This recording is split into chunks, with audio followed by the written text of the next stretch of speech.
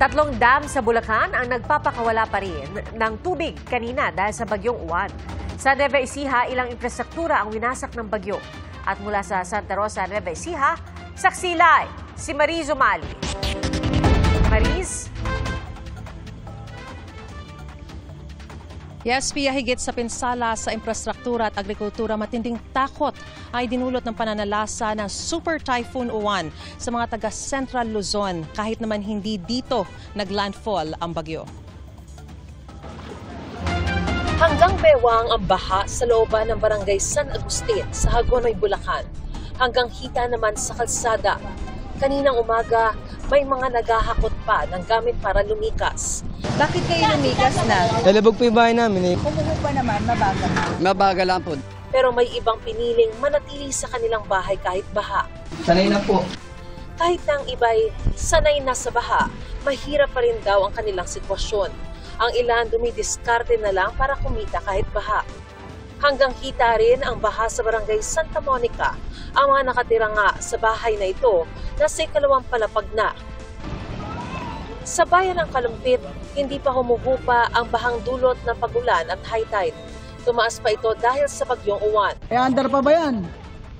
Ayon sa Kalumpit MTRRMO, 19 na barangay ang binaha. Sa bayan ng Higinto, binaha rin ang mga residente sa housing project na ito. Hanggang tuhod ang tubig. Sa bahaging ito, abot hita pa nga. Lumikas ang mahigit 200 pamilya. Ang Makaiban Bridge sa bayan ng Santa Maria hindi na madaanan dahil sa rumaragas ang tubig. Lagpas tao raw ang lalim nito ayon sa mga residente. May inilagay ng babala na hindi pa pwedeng madaanan ng tulay. Ayon sa Bulacan PDRRMO, patuloy na nagpapakawala ng tubig ang 3 dam sa Bulacan kasunod ng mga naranasang pagulan.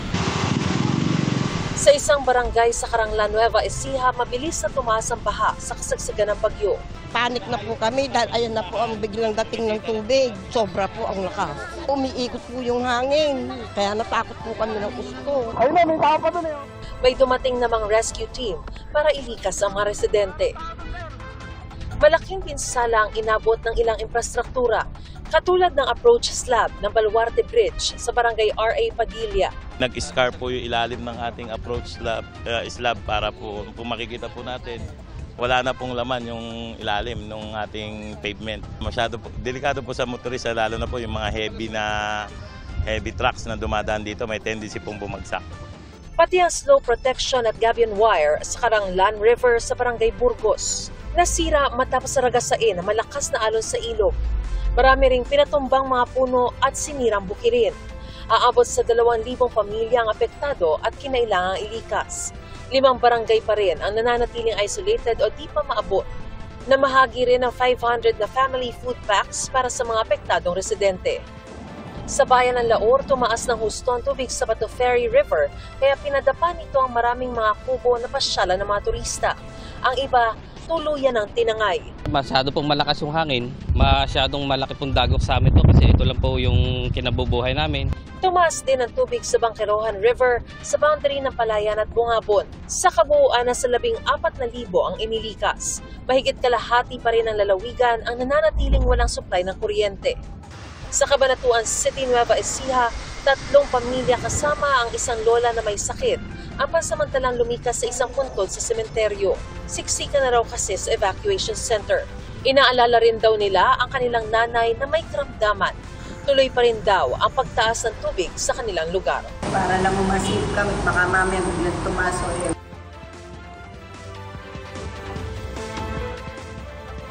Pia, nananawagan ng lokal na pamahalaan ng Caranglan sa national government na ipagawa na ang kanilang riverbank protection dahil nga heavily silted na ang kanilang ilog kaya't mabilis umapaw ang tubig dito at kinakain din daw ng ilog ang kanilang bukirin. Samantala, dito naman sa aking kinaroroonan na ngayon dito sa Santa Rosa sa Nueva Ecija ay mas gumanda na ang lagay ng panahon, tumigil na ang ulan at hindi na rin gaanong kalakas ang ihip ng hangin. At yan ang pinakasariang balita live mula rito sa Nueva Ecija. Ako si Mariz Umali, ang inyong saksi.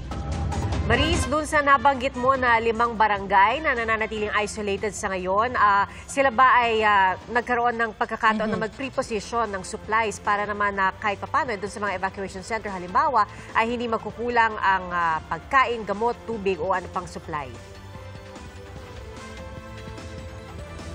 Pia, sa ngayon, ang ginagawa ng lokal na pamahalaan dito, gaya ng binanggit ng provincial administrator, ay hindi na kasi sumapat yung mga naunang na preposition na supply. So ngayon, ang kailangan ay nakikipag-usap sila sa lokal na pamahalaan kasi baka may mga iba naman daw ruta na pwedeng daanan para maibigay din yung kanilang mga supplies. Kasi of course, dahil nga ilang araw na rin na nag-uulan, ay syempre mas maganda kung madadagdagan yung supplies na unang na ipamahagi sa kanila. So kahit na may mga na-preposition na before, mas maganda raw na madagdagan na rin to sa lalong madaling panahon, kaya't bukas ay actually ngayon pa lang ay inaasikaso na nila kung paano nila mararating yung mga isolated areas na yon. Pia?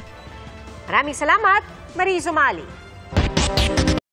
Mga kapuso, maging una sa saksi. Mag-subscribe sa GMA Integrated News sa YouTube para sa iba't ibang balita.